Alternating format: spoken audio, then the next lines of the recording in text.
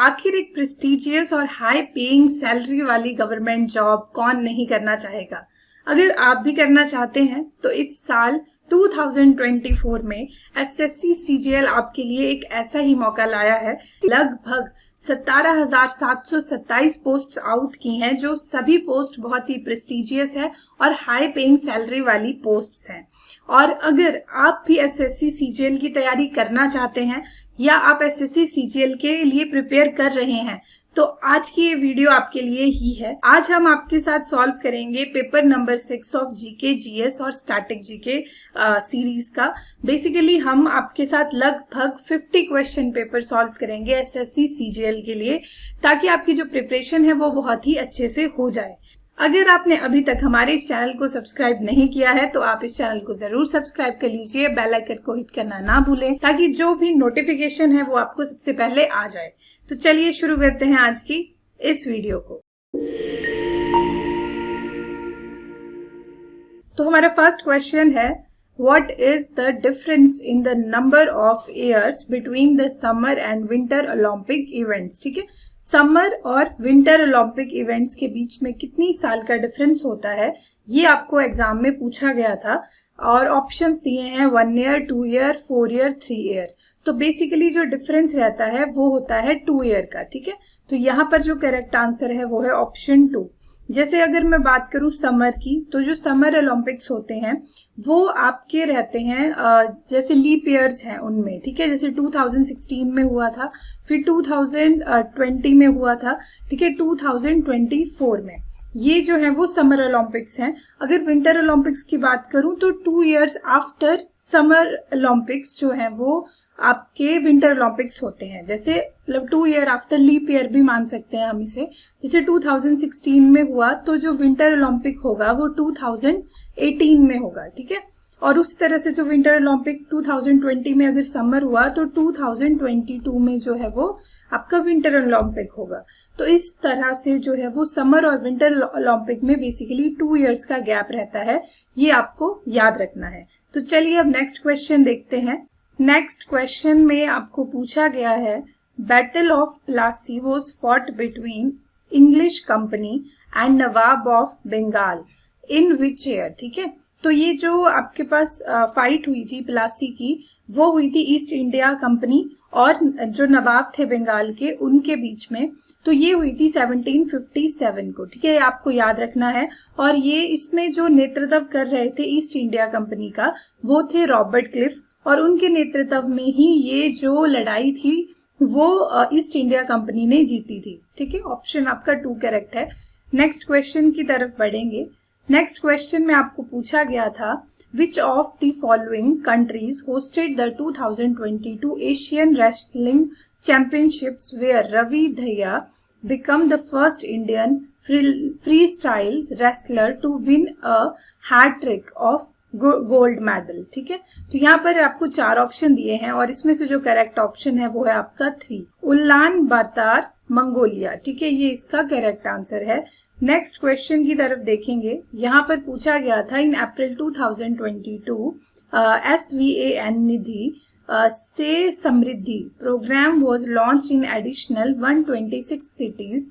This program provides क्या provide ये करता था। ठीक है, तो insurance cover, scholarships to student, hospital facilities, social security benefits. तो ये प्रोग्राम था आपका सोशल सिक्योरिटी बेनिफिट्स के लिए। यहाँ पर जो है वो ऑप्शन 4 करेक्ट है। नेक्स्ट क्वेश्चन में आपको पूछा गया है, in which of the following state of India coniferous trees are found.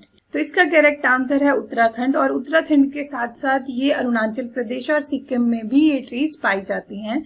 Next question की तरफ देखेंगे। नेक्स्ट क्वेश्चन में आपको पूछा गया था, which of the following is natural acid base indicator. ठीक है, तो यहाँ पर जो लिटमस और टर्मरिक, आपको बताना है कि क्या ये दोनों या इनमें से जो है वो कोई भी नहीं, या मतलब कोई एक। ठीक है, या तो ओनली 1, ओनली 2, कौन जो है वो नेचुरल एसिड बेस इंडिकेटर है। तो बेसिकली लिटमस और टर्मरिक ये दोनों ही नेचुरल इंडिकेटर हैं। जो लिटमस होता है वो एक्सट्रैक्ट किया जाता है लाइकन से, और लिटमस को अगर हम एसिड पे जो है वो डिप करें ठीक है, लिटमस पेपर को, तो वो रेड कलर में टर्न हो जाता है। और अगर हम इसे बेस में डिप करें तो ये ब्लू कलर देता है। ठीक है, तो ये इस तरीके से एसिड और बेस में जो है वो कलर रिफ्लेक्ट करता है। अगर हम टर्मरिक की बात करें, टर्मरिक येलो कलर देता है आपका एसिड में और न्यूट्रल सॉल्यूशन में। और अगर हम देखें बेस के लिए, ठीक है, तो बेस में जो टर्मरिक कलर देगा वो है रेड। ठीक है, रेड कलर देता है बेसिक सॉल्यूशन में। तो यहाँ पर जो करेक्ट आंसर है वो है ऑप्शन 4, बोथ 1 एंड 2। ये दोनों ही जो है वो नेचुरल इंडिकेटर्स हैं। नेक्स्ट क्वेश्चन में आपको पूछा गया था, which of the following objective of Namaste scheme launched by the centre in August 2022। ठीक है, सबसे पहले तो नमस्ते स्कीम कब जो है वो लॉन्च की थी सेंटर ने, अगस्त 2022, ये आपको याद होना चाहिए। Next, number 1, zero fatalities in sanitation work in India. Next line लिखी है, sanitation workers are collectivised into एसएचजीज and are empowered to run sanitation enterprises. ठीक है, तो इसका जो करेक्ट आंसर है वो है आपका बोथ 1 एंड 2। ये दोनों ही जो पॉइंट्स हैं वो करेक्ट हैं इस स्कीम के अकॉर्डिंग। ठीक है, नेक्स्ट क्वेश्चन की तरफ बढ़ेंगे। नेक्स्ट क्वेश्चन में आपको पूछा गया था, who among the following was the first Indian female musician to win the Grammy award. ठीक है, तो यहाँ पर आपको 4 ऑप्शन दिए थे और इसमें से जो करेक्ट आंसर है वो है आपके पास तन्वी शाह। और ये जो अवार्ड इन्हें मिला था वो स्लम डॉग जो मूवी है उसमें जय हो सॉन्ग के लिए जो इनका पार्टिसिपेशन था उसके लिए इन्हें मिला था। ठीक है, नेक्स्ट क्वेश्चन में आपको पूछा गया था, according to census 2011 number of literates in India is dash million. ठीक है, तो यहाँ पर आपको 4 ऑप्शन दिए हैं और इसमें से जो करेक्ट आंसर है वो है ऑप्शन 4, 763.5 मिलियन। ठीक है, ये सेंसस 2011 के अकॉर्डिंग नंबर ऑफ लिटरेट्स है इन इंडिया, ये आपको याद होना चाहिए। नेक्स्ट क्वेश्चन की तरफ बढ़ेंगे। नेक्स्ट क्वेश्चन में आपको पूछा गया था, identify the function of plasmid DNA. ठीक है, तो यहाँ पर आपको 4 ऑप्शन दिए थे। फर्स्ट है, none of the given option are correct. Next है, to form blood cells. Next है, to confer certain unique phenotypic characteristic to bacteria. और नेक्स्ट है, to help in the formation of RNA. तो इसमें से जो करेक्ट आंसर है वो है ऑप्शन 3 यहाँ पे। ठीक है, तो यहाँ पर जो करेक्ट आंसर है वो है ऑप्शन 3। अब नेक्स्ट क्वेश्चन की तरफ बढ़ेंगे। नेक्स्ट क्वेश्चन में आपको पूछा गया था, when for the first time did the election commission of India become a multi member body. ठीक है, तो यहाँ पर आपको 4 ऑप्शन दिए हैं। फर्स्ट है 1995, नेक्स्ट है 1985, नेक्स्ट है 1989, नेक्स्ट है 1994। तो इसका करेक्ट आंसर है ऑप्शन 3, 1989। ठीक है, 1989 को जो आपका फर्स्ट टाइम इलेक्शन कमीशन है वो बना था multi member body. Next question में पूछा गया था, कृष्णा 3 ऑफ माया खेत बिलोंग टू विच डायनेस्टी। ठीक है, तो इसका जो करेक्ट आंसर है वो है राष्ट्रकूट, ये आपको याद रखना है। और इसमें जो कृष्णा 3 हैं वो किससे बिलोंग करते हैं, आपकी राष्ट्रकूट, ये आपको याद रखना है। ठीक है, नेक्स्ट क्वेश्चन में पूछा गया था, who among the following was the first recipient of the state annual award Nisha Gandhi Puraskaram from the government of Kerala in 2013।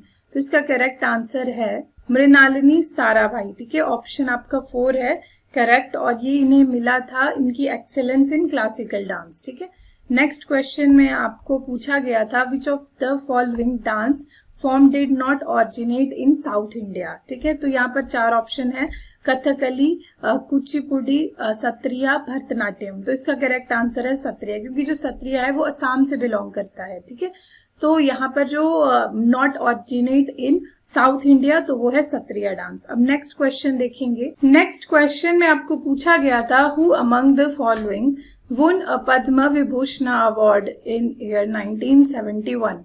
तो यहाँ पर आपको 4 ऑप्शन दिए थे और इसमें से जो करेक्ट आंसर है वो है ऑप्शन 4, उदय शंकर। ठीक है, उदय शंकर एक इंडियन डांसर एंड कोरियोग्राफर है। ठीक है, और इन्हें पद्म विभूषण अवार्ड मिला था इन 1971 में। नेक्स्ट क्वेश्चन में आपको पूछा गया था, the fundamental duty of a parent और guardian to provide opportunities for education to his child, or as the case may be ward between the age of 6 and dash. ठीक है, तो बेसिकली आपके पास जो 86th अमेंडमेंट जो है वो Indian constitution में है, उसके अकॉर्डिंग ये ऐड हुआ है कि बेसिकली जो पेरेंट्स है और गार्डियन है, ये उनका ड्यूटी है, ठीक है, ये उनका कर्तव्य है कि वो बच्चे को अपॉर्चुनिटी दे एजुकेशन की, ठीक है, between the age 6 to 14. Option यहाँ पर 2 करेक्ट है, ठीक है, तो इसका करेक्ट आंसर है ऑप्शन 2 यानी 14 एज तक. नेक्स्ट क्वेश्चन में पूछा गया था which of the following is not associated with Aryabhatta. तो बेसिकली आर्यभट्ट के साथ यहाँ पर क्या एसोसिएटेड नहीं है. Number 1, stated that day and night were caused by the rotation of the earth on its axis. ठीक है, नेक्स्ट है developed a scientific explanation of eclipses. Next है found a way of calculating the circumference of a circle. Next है spoke about elaborate surgical procedure. तो obviously surgical procedure, इससे इनका जो है वो रिलेशन नहीं है. ठीक है, सर्जिकल, यहाँ पे सर्जरी की बात हुई है. ठीक है, नेक्स्ट क्वेश्चन की तरफ बढ़ेंगे. यहाँ पर पूछा गया था the Sahara desert is located in which of the following continent. तो जो सहारा डेजर्ट है वो है अफ्रीकन कॉन्टिनेंट में. ठीक है, ऑप्शन यहाँ पर 3 करेक्ट है. आपको एज इट इज याद रखना है. ठीक है, इसमें अदर कोई एक्सप्लेनेशन की जरूरत नहीं है. आप जो सहारा डेजर्ट है वो कहाँ है, अफ्रीकन कॉन्टिनेंट में. ठीक है, नेक्स्ट क्वेश्चन है विच of the following is not a part of the institutional structure of rural banking. ठीक है, तो पहली तो बात है कि आपको इंस्टीट्यूशनल स्ट्रक्चर जो है वो पता होना चाहिए है रूरल बैंकिंग का. तो रूरल बैंकिंग में इसके बेसिकली इंस्टीट्यूशनल स्ट्रक्चर में बहुत सी मल्टी एजेंसी इंस्टीट्यूशंस जो हैं वो इनका पूरा एक सेट है. ठीक है, जिसमें आपके रीजनल रूरल बैंक्स आते हैं, कमर्शियल बैंक्स आते हैं, corporative and land development banks आते हैं. ठीक है, जो मनी लैंडर्स हैं बेसिकली वो आपके पार्ट नहीं है institutional structure of rural banking के, आपको याद रखना है. और इस क्वेश्चन में आपको वही पूछा गया था कि कौन इसमें पार्ट नहीं है, तो यहाँ पर करेक्ट आंसर होगा इसका मनी लैंडर्स. ठीक है, और इस क्वेश्चन के अकॉर्डिंग ये इनकरेक्ट होंगे. नेक्स्ट क्वेश्चन में पूछा गया था who among the following propose the term ecosystem. ठीक है, इकोसिस्टम टर्म किसने प्रपोज की थी. तो यहाँ पर करेक्ट आंसर है आपके पास option 1 Sir Arthur G Tansley. ठीक है, इन्होंने 1935 में ये टर्म्स जो है वो फर्स्ट टाइम प्रपोज की थी, इकोसिस्टम. ये आपको याद होना चाहिए, इनके नाम की फुल फॉर्म है आर्थर जी टेंसले. ठीक है, नेक्स्ट क्वेश्चन की तरफ देखेंगे. यहाँ पर पूछा गया था how many A9 surround a sodium ion in a crystal lettuce of sodium chloride. तो सोडियम क्लोराइड का अगर क्रिस्टल लेटिस देखें तो जो सोडियम आपके पास आयन होता है, ठीक है, वो सराउंड होता है लगभग 6 ऑपोजिट आयंस के साथ. ठीक है, ऑपोजिट जो आयंस होते हैं उनके साथ जो है वो सराउंडेड होता है. तो यहाँ पर 6 करेक्ट है.